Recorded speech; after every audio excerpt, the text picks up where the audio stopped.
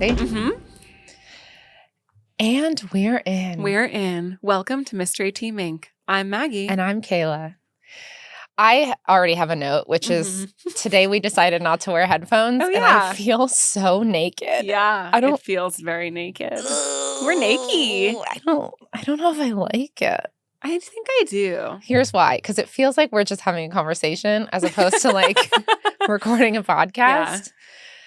I feel very untethered. Yeah, like not grounded. No. Yeah. But should our podcast be as Tethered? ungrounded as possible? Like, don't you feel like that's our whole vibe? Is like just... I know, but we can have that vibe without like literally floating in the air like James in the Giant Peach.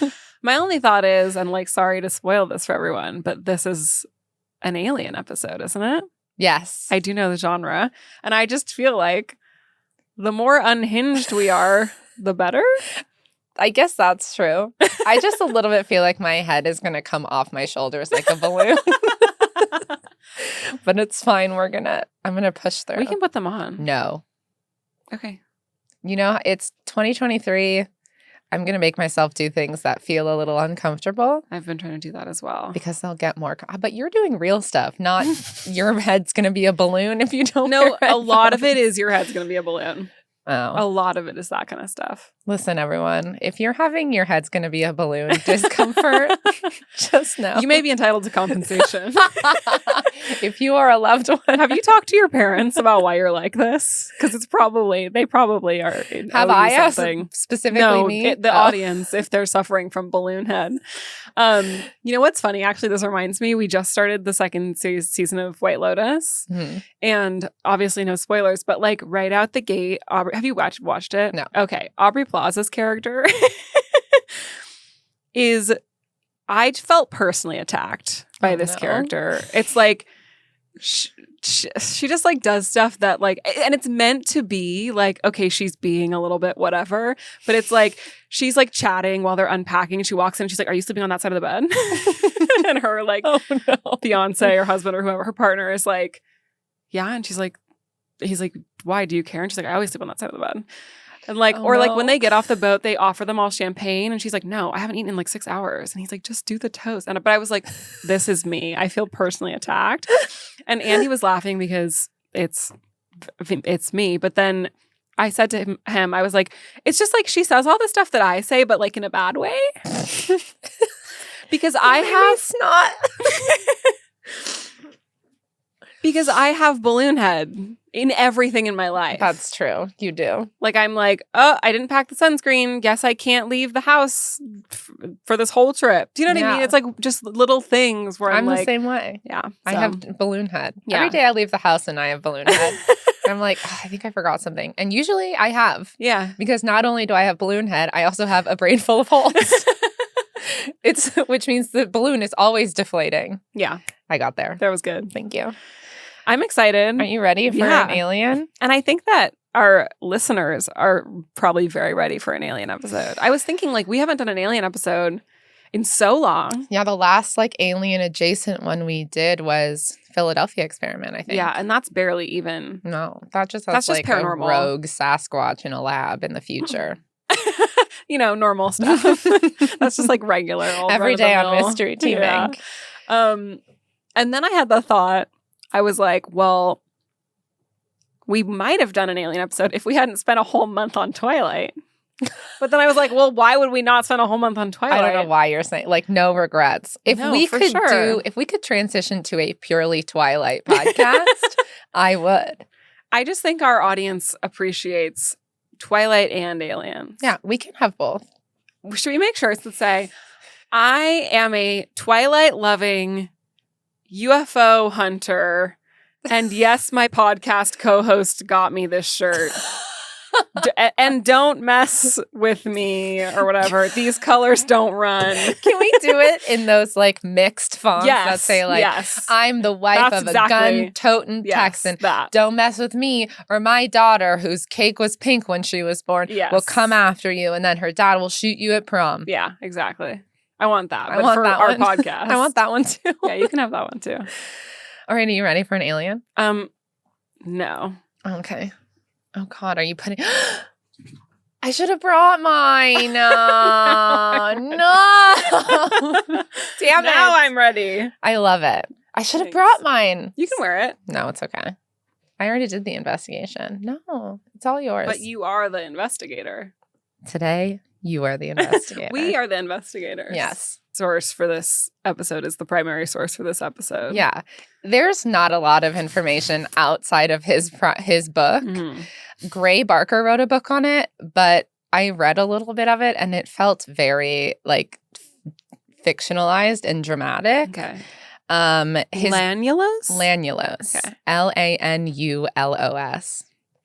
And then his daughter wrote a book about it that's 70 pages, and half of it is poems. And good for her. A lot of it is just like recapping what her dad says in his book. Good for her. Good for her. She moved. So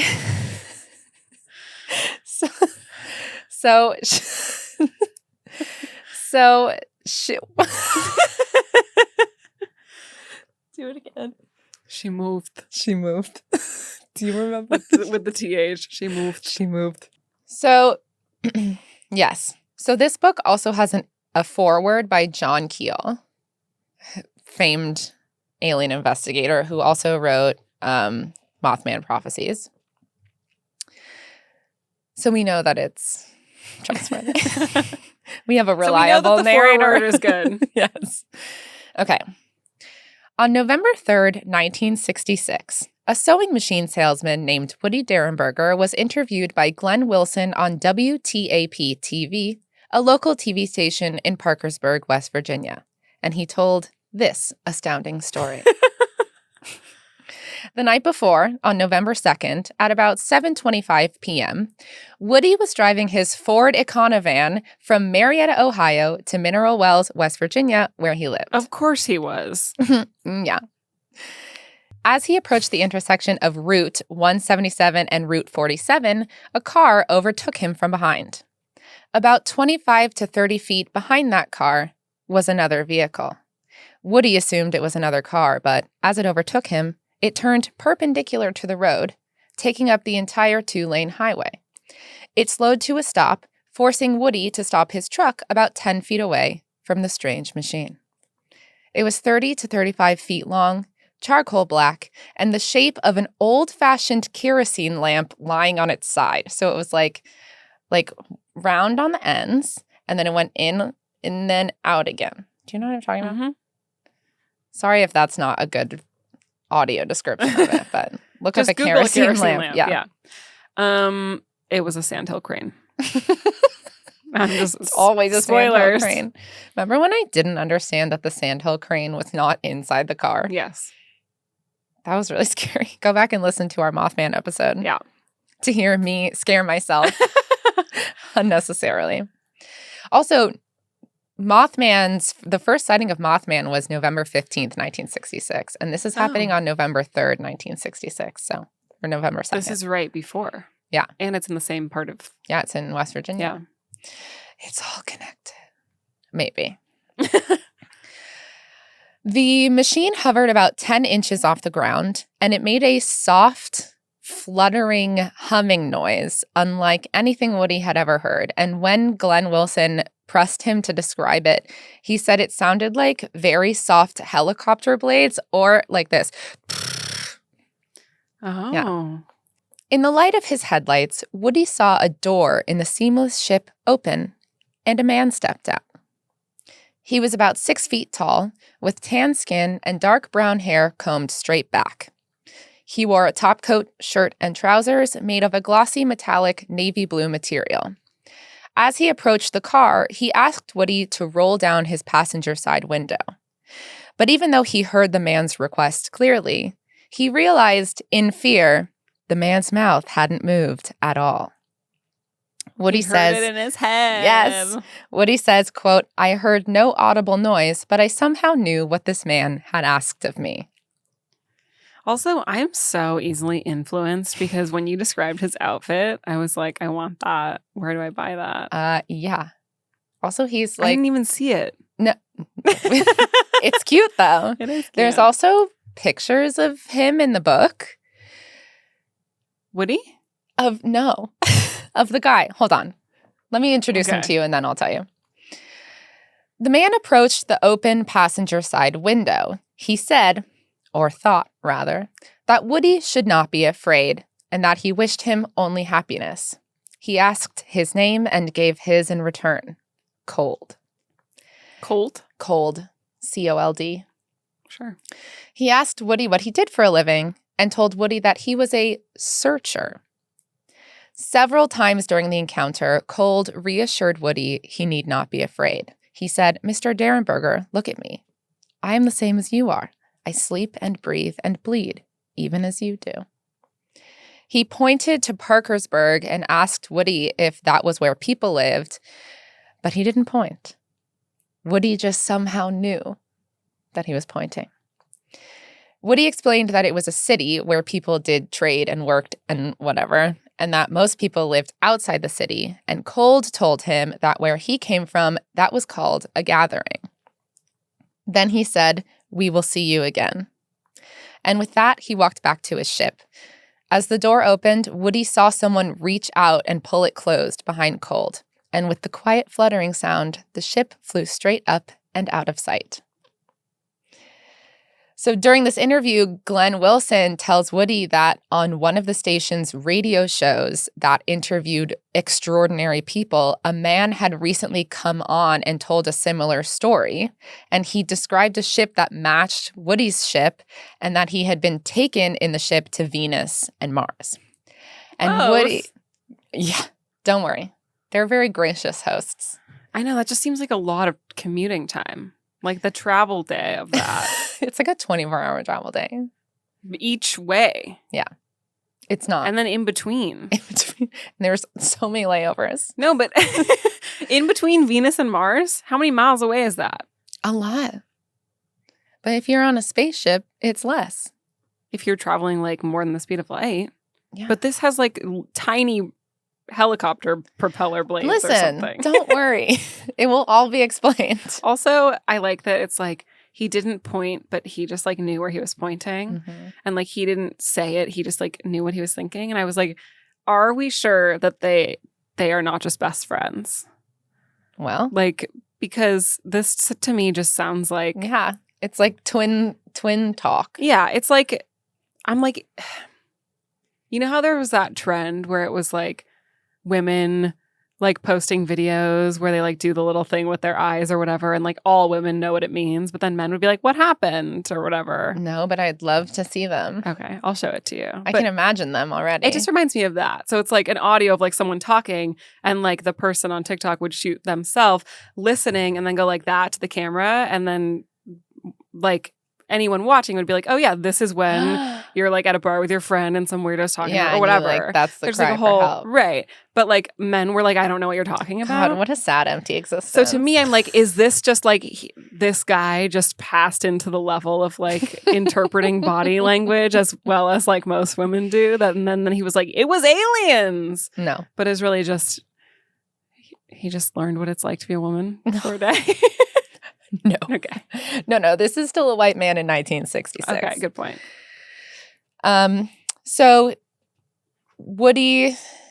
Glenn tells him about the similar story on the radio show, and he's like, do you believe him? And Woody says, quote, if someone would have told me yesterday that this had happened, I would have frankly thought he was a madman, but I absolutely believe now that it could happen. And then Glenn says, do you think he'll visit you again? And Woody says, I believe he will, but I don't want him to. But I have a feeling he will. Well, yeah, he said he would. Yeah, and he was right. The next day, November 4th, Woody was driving home from Ohio with a friend when he felt a tingling sensation in his head, and he knew that Cold was trying to communicate. This time, Cold told Woody a little bit more about himself. He said that he came from a planet called Lanulos near the Ganymede galaxy, and there's a lot of discussion about the Ganymede galaxy, whether it exists, what it might be, where it actually is. Woody says that he thinks that Cold gave him an incorrect address to, like, protect them. Like, we could get there anyway. But And not just that, like, the people from this galaxy have a different name for it than we do. You're forgetting how Earth-centric our views are. Yeah, I also I found a website that was basically like a blog spot. Mm-hmm. That was like a summary of the story. And the comments were wild. One of them was like, "Hi, I'm Tim. I also met him. I went to Venus." And everyone was like, "Hi, Tim. Why haven't we called that guy? Why isn't he on the show?" I don't know. But the comments are from like 2013. It's never too late. It's never too late for Tim. For paranormal investigations. So he said he came from a planet called Lanulos near the Ganymede galaxy, and that his planet was very much like Earth. They had plants and animals and oceans and like ecosystems similar to Earth. He said that he had a wife named Kimmy, and they had 2 sons. He said that Lanulos had 3 seasons: planting, harvesting, and cold. Same. That's my mental health. Oh. But it's like 3 weeks, like, that's just my period. Mm-hmm. It works, though. He said that his people had a life expectancy of 125 to 275 Earth years.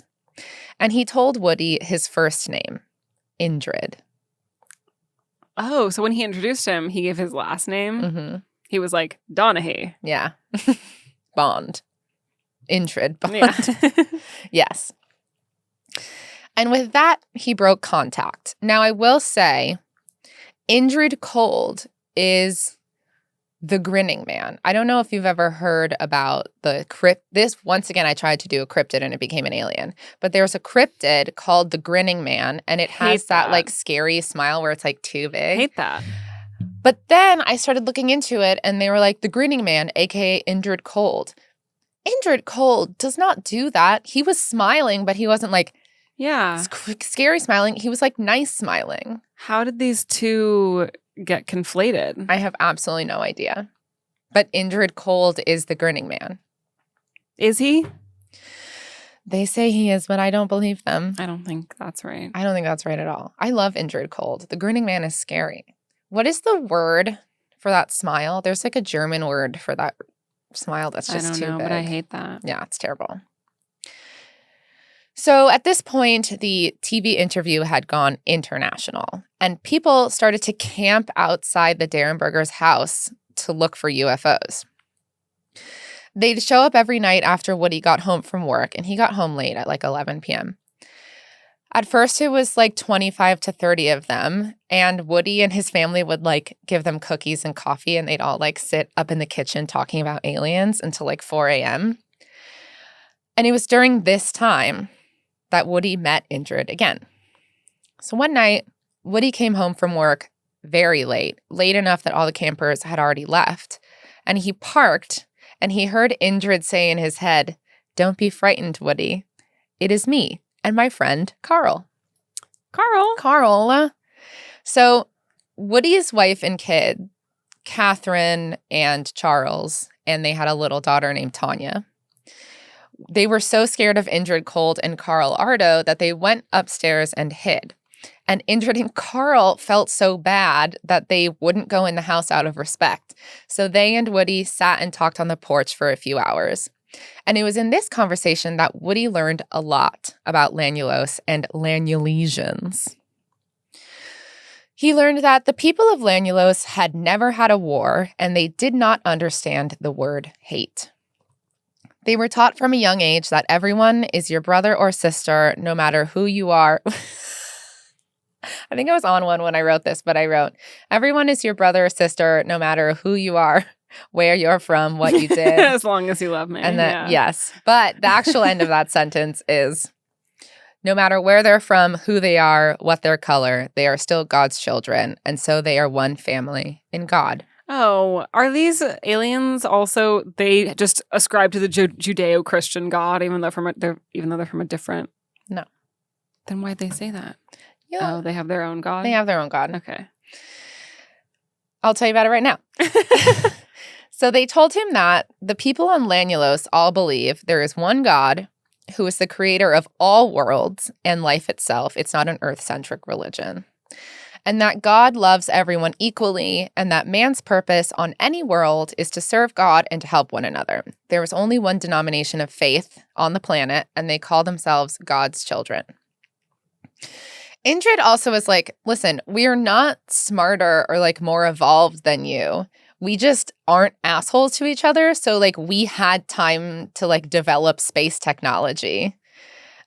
He says conquer gravity and bend distance, which must be how they travel so far.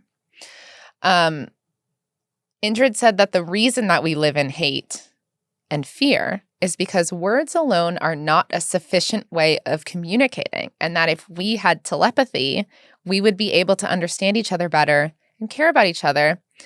And also, apparently, we all have latent telepathic abilities, but we just never learn to use them. But we can learn to use them, and it's actually not that hard, and some people already know how to do it. This is funny, though, because when he uses telepathy to communicate with Woody, he's still using just words. Or is he? Well, Woody said he, like, verbatim, he was like, do not be afraid. Well, this is how Woody explains it. Okay. He says that telepathy is basically thought transference. And it's like you have to be able to release your thoughts.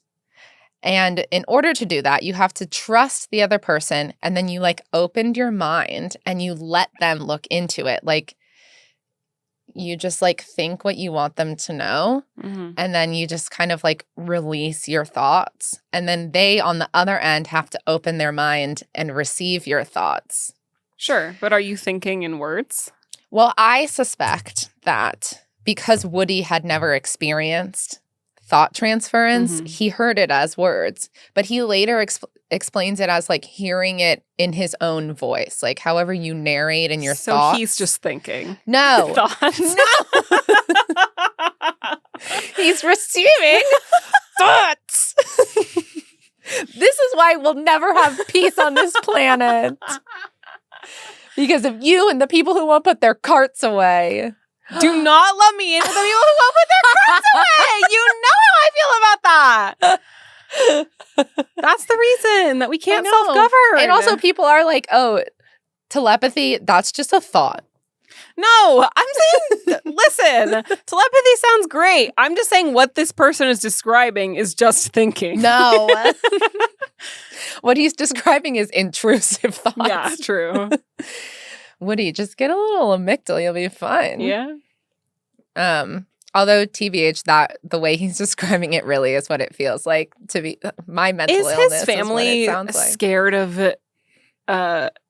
what are their names? Indrid and Carl, because their dad is like having mental struggles? No. Like, is he hearing voices and they are afraid of it? No. Okay. Things will change. You'll see. Okay.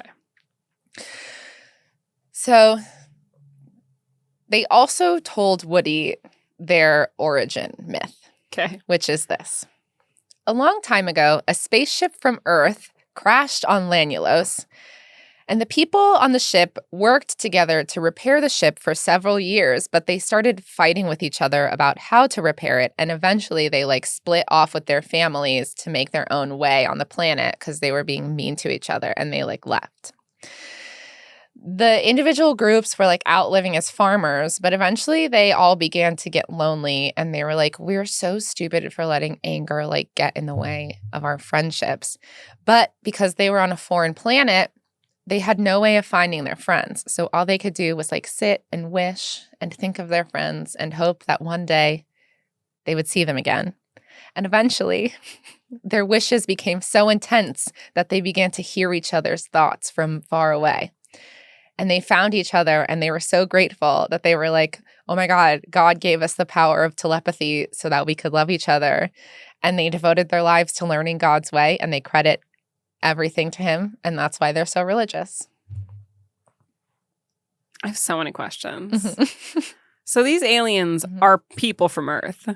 They're descended from people from Earth, yeah. And like ancient astronauts went to this planet and crashed and created their own society, basically. Maybe.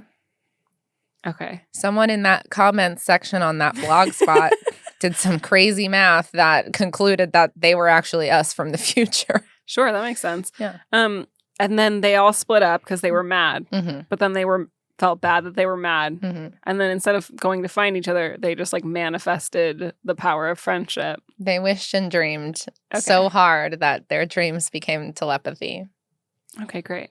I think it's a beautiful story. I love that. I just don't like that then they were like, and God did it for us. Well, maybe they're right. It's not God like with the long beard and the trident. It kind of... Wait. What do you think Thanksgiving is celebrating? Thanksgiving is celebrating. No, you are describing Neptune from The Little Mermaid and Zeus and Greek history, or Poseidon, I should say. No, I was thinking of Zeus, but he had a trident. You were mixing up Zeus and Poseidon. Yes. I think we call that a collab. But here's the thing. How is that not? I mean, it's basically the same guy. Yeah, it's just without the like.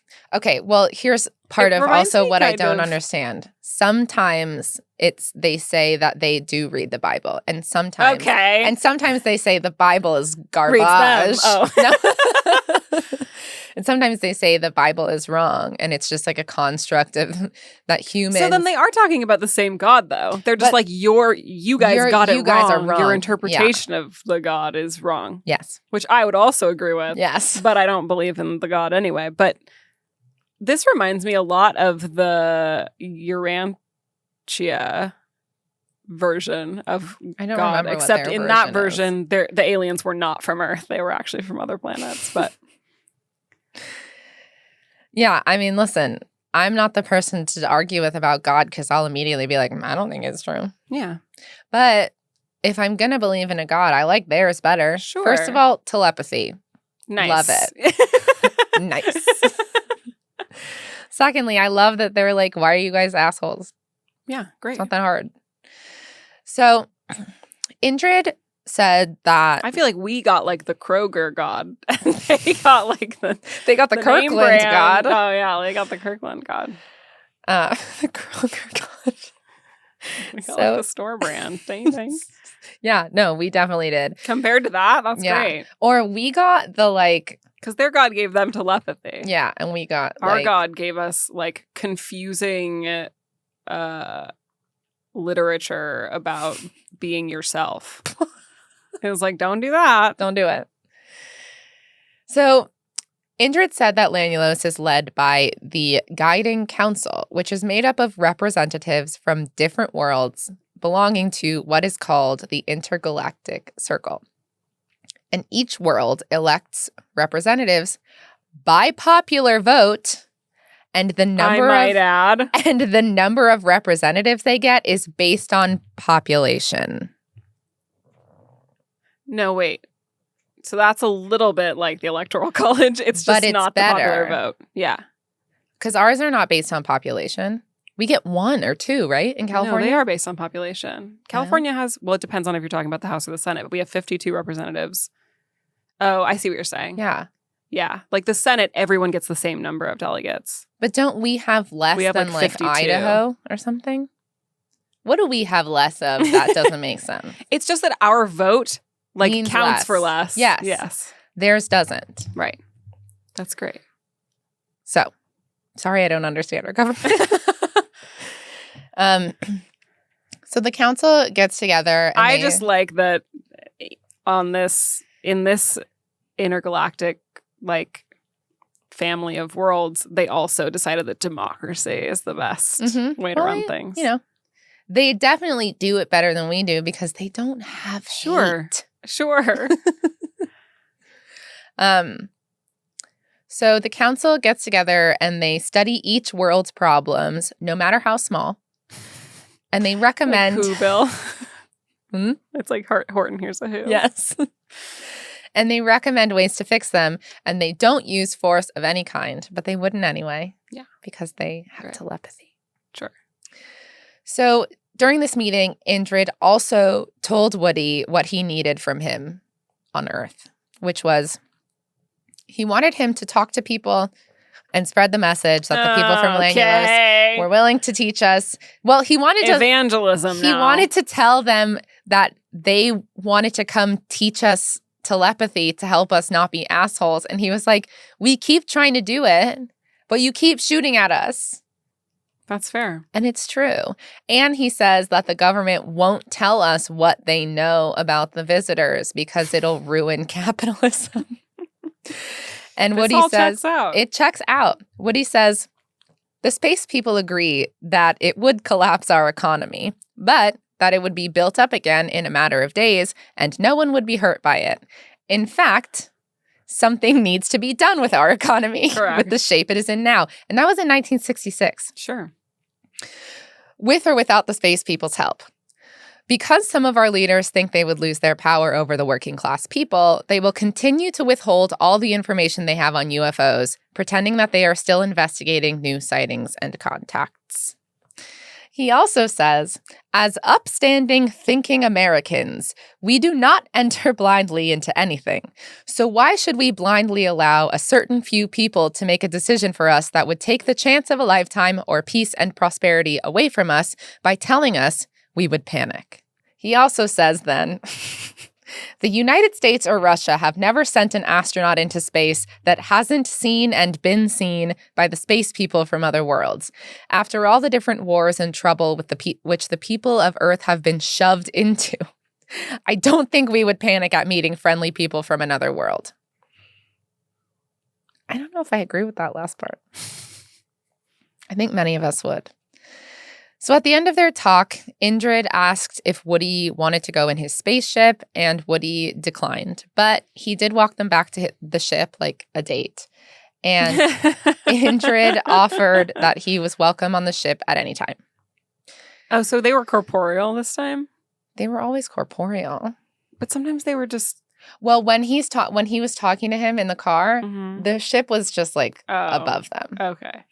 So they have like Bluetooth telepathy. They don't have like long distance telepathy. No, it's long distance. You have to be like within a certain range. I think the longest distance that Woody talks about is like he has this friend who worked at his company who also met Indrid Cold, and Indrid taught him telepathy, and then he would like go out on runs or whatever. And Woody would go to their boss and be like, did you know that Kevin and I are telepathic? And his boss would be like, I don't think that's true. And Woody would be like, I bet you $10 I know exactly where he is. And then he would tell him where he was and win money. And win money? Mm-hmm. They would bet their boss that he was telepathic. Cui bono, though. Woody bonos. Right. Yeah. From knowing where his friend is? Yeah. But how would he have known? I mean, they could have set it up to get money out of their boss. You don't think? No. Like, you and I could do that right now. Yeah. I could text my mom and be like, I bet you $10 I know where Maggie is right now. So, while Woody was having all of these meetings with Indrid, his wife and children were still very scared of the visitors. This concerns me. Just wait. And Indrid and Carl did not want them to be scared of them, so they launched a campaign to get the family to like them. And what they did was they just followed them around. And they followed them from like a safe distance. And they did it for a while, and it didn't work. Like, they were still scared of them. Yeah, because that's stalking. Yeah.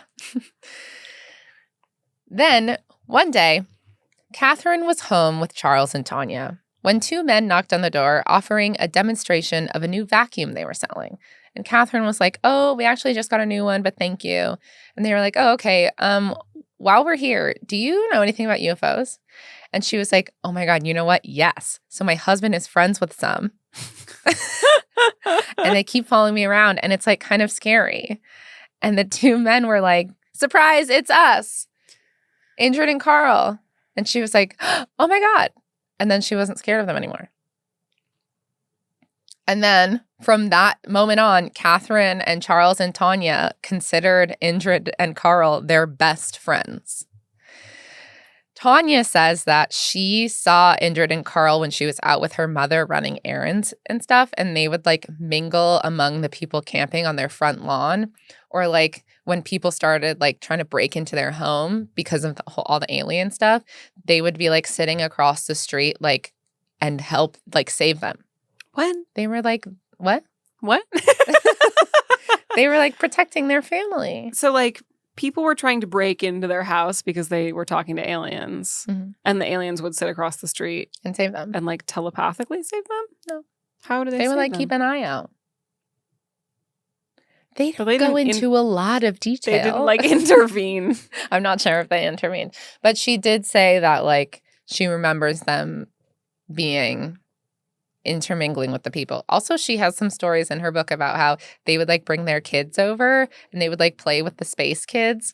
And she was like, nobody in the crowd knew that like my friends were actually from Venus and Lanulos. Oh my God. Don't look at me like that. I didn't come up with it. I'm just reporting the facts. And then Charles wrote a school assignment that his parents very wisely decided he was not allowed to turn in, but this is what it said. It was Earth Stardate 468.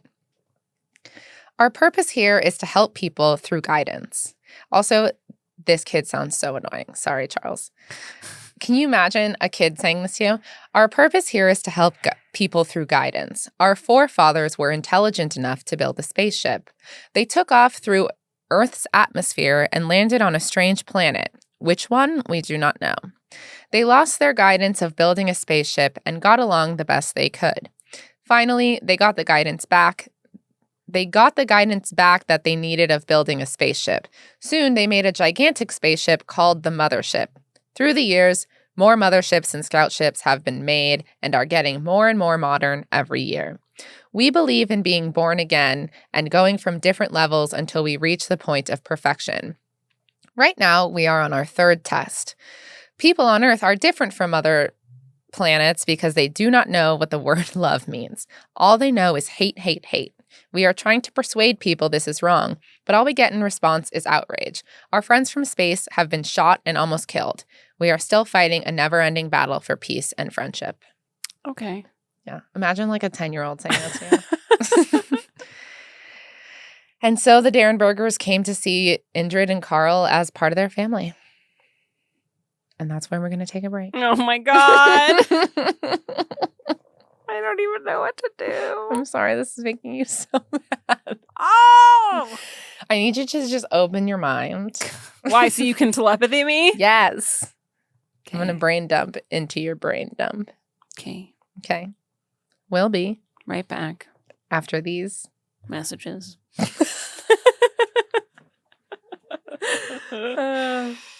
And we're back. We're back. How are you feeling? Mad. You a little grumpy? Yeah. Why are you grumpy? Because I just feel like... I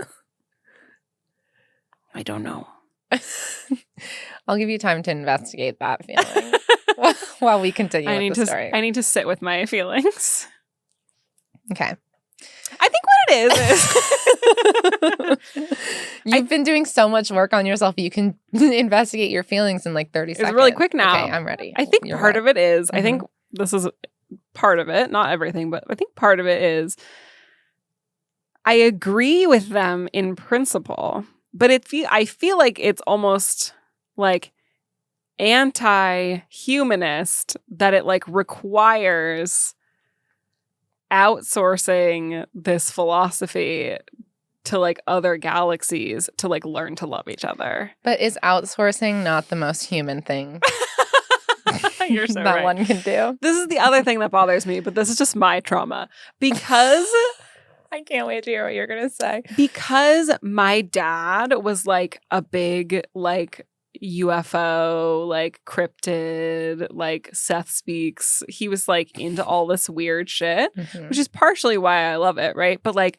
he also tried to like, I think indoctrinate's not exactly the right word, but like he pushed all those beliefs on me when I was really young. And I think it bothers me that this kid and like that the family is like, and then we were all best friends with the aliens, because to me it feels like it's like not appropriate to like bring your kids into your weird UFO relationship with the aliens. Do you know what I mean? Mm-hmm. I get it. I think it's like rubbing me the wrong way that like the kids are writing reports about like their best friends, my dad's aliens. Do you know what I mean? Like it would be one thing if the kids saw the aliens and were like, Dad, there's them. No, but I mean if it was like if they were like the inception of it, if they were like, Dad, there's an alien, it'd be one thing. But the fact that like Dad goes to hang out with his alien friends all the time and then eventually they become friends with the whole family, to me, it's like giving me weird vibes. Here's a question. What would you have done if your dad brought you Sasquatch? Yeah, it's a great question. Would you have believed in it, do you think? I have no idea. What would you do if I brought you Sasquatch? Like, if I was like, here's Sasquatch. I'd be like, we don't have guests on the podcast. I'm so sorry. No exceptions. Just like we always say. Okay, ready? Yes.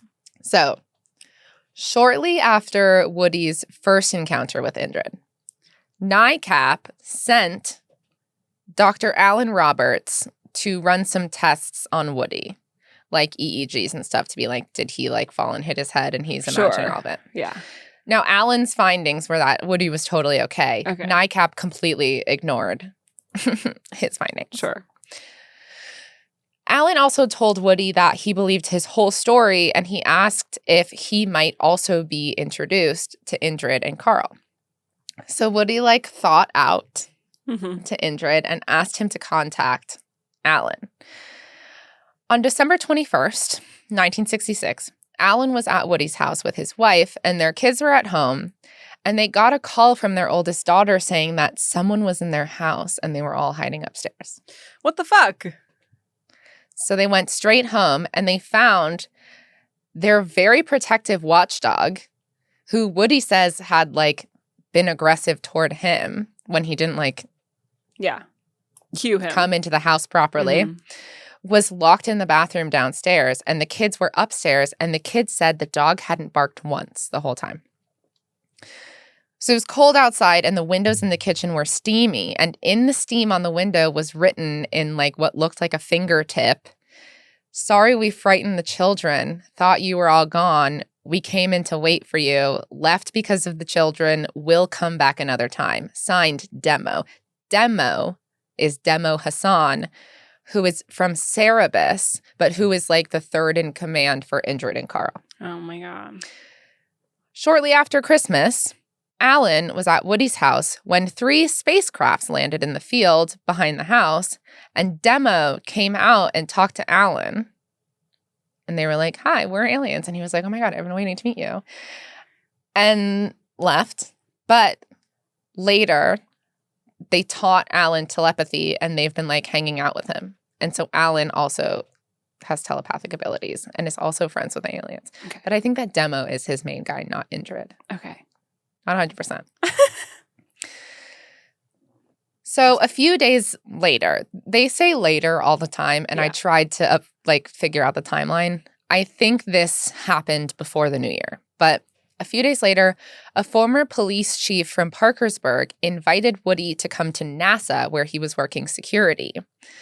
At NASA, Woody was introduced to a man known only as Charlie, the head man of NASA.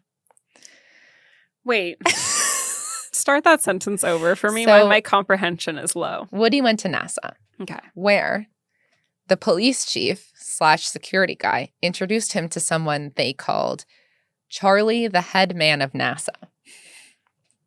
Notes? Okay. No, yeah, that's great. Was this guy working in the security booth? No, I think he was like important security. Okay. Not like the security guard at the gate. Not that that's not important. But like, you mean like a high ranking? Yes, I think he security. Had access to like Charlie, for example. I don't know, obviously, who Charlie, the head man of NASA is. I just don't think I believe in him. Well, that's pretty rude. I'm going to have Charlie email you from an email address. I would love to see if it's a Gmail address. Charlie, the head man at NASA at hotmail.com. So keep an eye out. So Woody was interrogated for 5 days, at the end of which they were like, well, you haven't told us anything we don't already know. And he was like, okay, then why are you not telling people? And they said that it would cause panic and that women would throw babies out of windows and then jump under trains. And Woody wrote, just the women? Just those two things. Yeah, and that's all it, yeah. The sentence is like, they said that women would throw babies, it would cause panic. Women would throw babies out of windows and jump under trains, etc. And I was like, what's the rest of that? Give me one more example they gave. They only said throw babies out windows and jump under trains. And only women. And only women. Like men would be fine and they wouldn't do anything. Men would be totally fine. But they can't because the women will jump under trains. Specifically that one thing. So, you know it's the 60s when...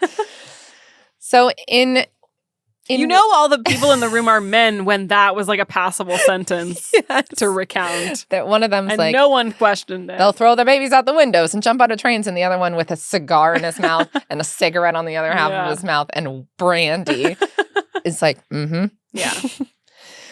So in Woody's next contact with Indrid Cold, which again is not dated, but I think happens after NASA. I'm pretty sure. Because based on what he said he told NASA, he has not been on their ship yet. And this time, he gets on their ship. Very exciting. So they ask him where he wants to go. They're like, you can go anywhere on Earth. What do you want to see? And he's like, I want to see the Amazon. Sure. So they fly over the Earth at incredible speeds. And they stop over the Amazon. And they're like, wow, look at that. And then... and they stay like not that long. And then they... shot straight up out of the Earth's atmosphere, and they stopped about 600 miles from the moon. At which point, they reached out... How did he know that they were 600 miles from the moon? They probably told him. Okay. There's like a crew on board this little ship. Sure. So they were 600 miles from the moon, at which point they reached out to the mothership, which Indrid called the flagship of Lanulos. They went under the mothership and into a locking berth. And the ship was, Woody says, as big as a football field and 8 or 9 stories high, which, like, if you really think about it... That's not that big. That's not that big. That's, like, smaller than a high school. Yeah. Those indoor high schools that we have never been in. Right. I saw a TikTok the other day that was like, you guys could never survive in California. Did you know that all of our high schools are outside? Outdoors? Yeah. Like, I didn't even realize that indoor high schools... Other high schools were indoors. Were anything other than, like, sets on Disney sound stages. Sure. It's because other places have weather. I know. Remember when it rained so hard that we had to have a rain canceled? day? Yeah. That's, like, the most LA story. When people are like, oh, you're from here. You're such a unicorn. And I'm like, yeah, we had a rain day. Yeah. It's been like that recently. The LA River over... We had another... It's been raining like that. Yeah, it's been bad. This city is not built to handle the rain. No. Emotionally or infrastructurally. So the ship was as big as a football field, 8 or 9 stories high. I can see how in the 60s that was big. It sounds like when you're everything's kid up and you're to trying date to in describe Kansas City. Something big. Yeah. Oh, it is. It's literally just the lyrics of Kansas City from Oklahoma. Yep. I think about that a lot. So... they take him in the moderately sized ship 50 feet from the surface of the moon, where he was shown a bridge across a gulf in the surface of the moon. And they were like, that is a spaceship parking garage. I guess where people and like these guys have figured out parking? Yes. What the fuck? They're so far ahead of us. They're definitely really far ahead of LA. So after he saw the parking changed my garage, mind. I'm team aliens now that I know there's parking. Now that I know there's parking on the moon. Sold me. And I bet it's like those Manhattan parking garages where you just like give them your car and they take it into a cave somehow. Have you ever used one of those? No, I've never used them. I've seen them. I used one last time I was in New York, and you just like, like the entrance is like maybe the size of this room. It's not a very large room. Like the size of a football field and it's 6 like or 7 stories high. Yes. And then they have like little cage elevators. And you just like leave the car before they even put it in the cage elevator. And they're like, okay, bye. Yeah. And they like are mean to you. Sure. But that's part of the experience. Yeah, that's part true. Of why it's Manhattan. Yeah. And then it just like, where does it go? Yeah. Is it up? Does it go up or down? Yeah. Does it go back? Right. I don't understand that city. That is proof that there are 4 dimensions. Because it's moving in a dimension that we can't understand. Correct. It's not moving forward or back. And it's not up or down. Up or down. It's moving in another dimension that we don't. It's not even there. It's not X, Y, or Z. Yeah. Yeah. So they saw the parking garage on the moon. Then they took Woody. Then they took Woody to Saturn, which it turns out. Sorry, did the parking garage on the moon have a sign outside that was like $9? And you're like, oh, I feel like we could probably get better like, if we go one more block. That's literally what happened in New York. We went to the first one, and then of course, you we never got go there. To the first one. Well, listen. The guy was really nice. We went in, and I was like, "How much is it going to be?" And he was like, $68. And I was like, what? And he was like, yeah, don't park here. There's one that's like 30 around the corner. And I was like, do you want a drink? 100%. Yeah. Do you want me to buy you some ramen?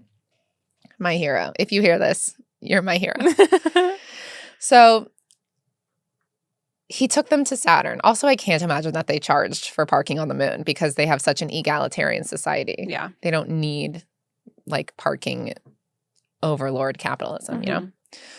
So they went to Saturn, which it turns out is actually shaped like a huge bowl. And there are people living inside of it. And the edge of the bowl, the edge of the bowl is covered with ice. And what we see as Saturn's rings is actually just rainbows, which we know all about now. Go listen to our episode on color, which is actually just rainbows reflecting off of the ice, creating what looks like rings. So they left Saturn, and they went to Lanulos, and they flew Woody over the planet, and this is what he says. I went over many cities or gatherings. I saw huge fields and forests, rivers and streams. I saw people by the hundreds walking on the streets. I saw machinery being operated on the farms. I could see what I would call automobiles, yet they had no wheels and seemed to hover above the ground. He also reports later that like they had what they all describe as like flying carpets, but not carpets. But he doesn't really describe them. He just says they had flying carpets. So Indrid said that they couldn't land and let Woody on the planet this time because he needed his shots, but they could arrange for him to land and meet people at a later date. And again, it was driven home to Woody how similar humans are to these people physically, but how differently we live. They are, though. They are humans, though. Kind of. They're probably... Do you think they're a different species, but like the same genus? I don't think they're a different species. So they are humans. I think they're just like more... Indrid says they're not more evolved, but I think they just like... They're just like more well-adapted. Yeah, they're just like better. Yeah, but they are human. Yeah. Technically speaking. Yes. Okay, great. Yeah. But... So similar. But they're also technically but aliens. So different. So similar, but so I different. love the term space people. Yeah. They are space people. Yeah, I love that. But so, it reminds me of even if they weren't human, I still like the term space people. The same way that like aliens. Dolphins are like non-human persons, right? Like we give, well, some of us believe in like giving personhood to like what? Yeah. Non-human persons? Yeah, like they still have a right to like life, and if you like kill them, then you should get in trouble. But where does that stop? I agree. I think that's great. But at what point do they they can't like buy a car. I know, not where does it stop regarding their rights. It's not like a 25-year-old dolphin can rent a car. That's what I'm saying. No. What are you saying? Can female dolphins open a credit card without their husband? No, there's still sexism. It's just personhood. So like you still can't open like a credit card without a male dolphin's signature. Or like it's just own like land. The tail, like yeah. It's like a fluke print. Yeah. No, the question is like where on the tree of life does that like does slime mold get personhood? I don't know. It's a discussion that everyone should have, I think slime mold does get personhood. It has tastes. It has likes and dislikes. Yeah. Yeah. Great. But there are like other countries and like places where people are saying like animals should have what's considered non-human personhood. Like they should have certain rights. Yeah. Yeah. But do we need to call them persons to give them rights? No. I just feel like, what if we just do it? Well, no, I agree. But the point is, like, an alien who's not human should still have personhood, like autonomy and like all of the things that come along with being considered. And you're right, but because in our society we've decided that only persons have a right to life and. But are they only space people if they resemble humans? Like, you know, those That's what aliens. I'm saying, no. I'm saying if they're not human, they should just be considered space people. Like, they're space persons. They still have personhood, even if they're not the same species as us. That's what I'm saying. Even if they're not humanoid, we'll still call them persons. That's what I'm saying. We should call them all space people. What about this one from Xenon? Yeah, for sure. The one that looks like a comb jelly. Yeah. I'm saying all extraterrestrials should be considered space people. They should all have the rights of people.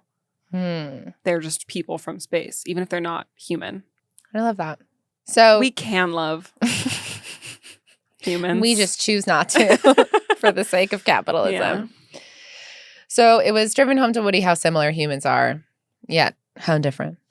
And all the people that he met, like on the ship specifically, because he couldn't go down to the surface, also could not understand why humans are such assholes to each other. Like their main thing was like, what are you guys doing? Yeah, I agree. They also told him, they were like, if you want, you can just take your family and move to Lanulos and like, we'll integrate you into society. And Woody was like, no, I have to go to Earth and spread your message. So dumb. So they returned him home, and Indrid promised that the next time they would take him to the surface of the planet and he can meet everybody. On May 11th, 1967, Woody was on his way to Pomeroy, Ohio for work when he received a message from Indrid telling him to meet him and that he would take him to Lanulos right now if he wanted. So he met him and got on the ship, and there he met Indrid's wife, Kimmy, and Carl was there, and also two crew members who do not come back again, Tony and Daryl. Sure. He estimates that the trip to Lanulos took about 30 minutes. As they approached, Woody was given a shot and then an antiseptic shower, and they landed and went directly to Indrid's home, and they met his kids, Conrad, who was 12, and Connor, who was 10, and then they had a 5-month-old daughter named Kimilus. And he says the house looked very much like a house on Earth, except they use atomic power. Smart. Smart. A post-nuclear world. We'd love to see it. Post-nuclear, post-hate. So he was then taken on a tour of the nearest gathering, which was called Number 27 Gathering. Here's what he learned. Everyone on Lanulos has a job. They have regular work hours, rest hours, and recreation hours and exercise hours every day. So they have work-life balance. Mm-hmm. They're paid based on the size of their family and their family's needs. Quote, they are given credits or script. And I don't really understand. And when this is just socialism. Yes. This is just democratic socialism. Yes. They have like a senate of galactic people who make decisions, and then they have a universal income from each according to his ability to each according to his need. Yeah. Okay, great. They also have indoor swimming pools in their houses. Great. They're given credits or script, and when they buy something, the article is written on the script and given to the clerk in the store, where it is kept for inventory purposes only. And I don't really understand what that means. No. They have no classes and no one ever wants for anything. They are nudists because God made them as they are, and they're not ashamed of their bodies, and they only wear clothes in cold months and for formal gatherings. All their food is grown organically. They don't eat chocolate, pork, or bleached flour. They eat lean beef but prefer seafood and lots of fruits and vegetables. They have decaf coffee, which Woody describes as, quote, very rich and not at all like our decaffeinated coffee. They all believe in the same God, and they all worship together. Woody describes their church service as this. They sang 2 hymns. They kneeled or sat to thank God, ask for guidance and protection from evil, and there was no sermon. Where was that when my parents were forcing me to go to church? Church was so boring to me that my parents used to give me those like little puzzles to solve during church. That's and great. And then 10 minutes in, I would be like, I don't think most kids. I'm too smart. I think most kids would have had a hard time sitting through. But can you imagine going to like Lanulos church and being like, and also with you, your spirit. Damn it. Fuck. I would. And then I would be like, where are the pretzels? Yeah. So Pretzel church. Pretzel church. They also believe in reincarnation, as Charles said in the most annoying school report ever written. Mm-hmm. Children go to school from the age of understanding, which is never specified, until they turn 28. Although that's kind of interesting. If the age of understanding is not specified, then it's kind of just like when your kid feels like when they're ready to go to school. I love that. Yeah, like if they can solve a puzzle before the sermon's over, then they're ready. That's hard because they have such short church services. No sermon. Yeah. So at graduation, they're allowed to pick their job. And then if they don't like it down the line, they can just change jobs. That's the same here. But without hassle and without losing health insurance. Yeah. Just kidding. They have universal income. Yeah. Each family is allowed to have 2 children, but they can adopt as many children that they want. Okay. And apparently Woody went to the orphanage and it was like really nice. Weird. That feels like some 1960s logic. Yeah. He said that people there were scared of him because he was from Earth. And they were like, you're mean. We know you guys. You're mean. Yeah, they're right. And they couldn't understand, again, why we were so bad at being nice to each other. But eventually Woody was like, no, I'm not like that. And they were like, okay, well, not all men, you know? So then Indrid took Woody to meet a family from Earth that had been living on Lanulos for 40 years. The matriarch and patriarch were named John and Carolyn Peterson. They were from Acapulco, Mexico. Unclear why people from Mexico had the last name Peterson. This is big white man moves to Belize energy. Yeah. So they now lived on a little farm. John and Caroline Peterson? Carolyn with a Y. Oh. Very white. Peterson? Hola. Me llamo Carolyn Peterson. So they lived on a little farm. Woody said that they looked like they were about 50 to 55 years old, and they were very spry. But they've lived here for 40 years? John was 90 and Carolyn was 85 years old. That's what happens when you move to Lanulos. They had 7 children. I think that they had on Earth because you're only allowed to have 2 on Lanulos. Yeah, what the heck? And they loved it there, and they never wanted to go back to Earth. I don't blame them. So once again, Woody returned to Earth, determined to spread the word of the people of Lanulos. And he embarked on a lecture circuit, basically, where he would do lectures, but he also held talks at, like, people's homes. In July of 1968, Woody was giving a lecture to about 15 college professors and teachers from the University of Youngstown, Ohio. And after the lecture, they all went outside, and Woody telepathically asked, like, if a ship would come visit them. So 2 ships came over, and these people, some of them had seen, like, UFOs before, but they wouldn't talk about it because they were afraid of, like, losing their jobs. And they, like, saw this ship, and they were totally changed and apparently, like, began talking about it to everybody. On Saturday, August 31st, 1968, Woody spoke to a group of people at the home of Roger and Mabel Sherman of Bogota, Colombia. Just kidding. Mm-hmm. They were from America. Checks out. And they all went out back to look for ships after. And like 50 feet away, they saw a man. who telepathically told Woody that it was Demo Hassan. And he was like, follow me. And so they followed him across a field to a wooded area. And they saw a, quote, luminous-looking bulk. And then a large red spark flew out of the bulk and disappeared to the left. And then Demo said telepathically, don't come any closer. You're watching raw energy being transferred to my ship. I'm having trouble with my gravity coils. But, like, keep watching because this is going to blow your fucking minds. And it did. And everybody in the group, like, their lives were completely changed. So as this was all happening, people kept camping out at the Derenberger's house. So he was, like, going to – also at one point he went to Venus, but I didn't include that part because it's not Woody and Indrid. It's, like, Woody and someone else. So if you want to hear about his trip to Venus, read the book. But so he was going to Venus. He was going to Saturn. He was on this lecture tour, and the whole time, people were, like, still camping out at his house. This is in, like, the span of less than 2 years. And it got so bad that it eventually ruined their lives. Like, Woody stopped being able to sell because people would be like, hey, I want to buy a sewing machine. And then he'd get there and be like, I don't want to buy a sewing machine. I just want to hear about the aliens. And he's like, guys.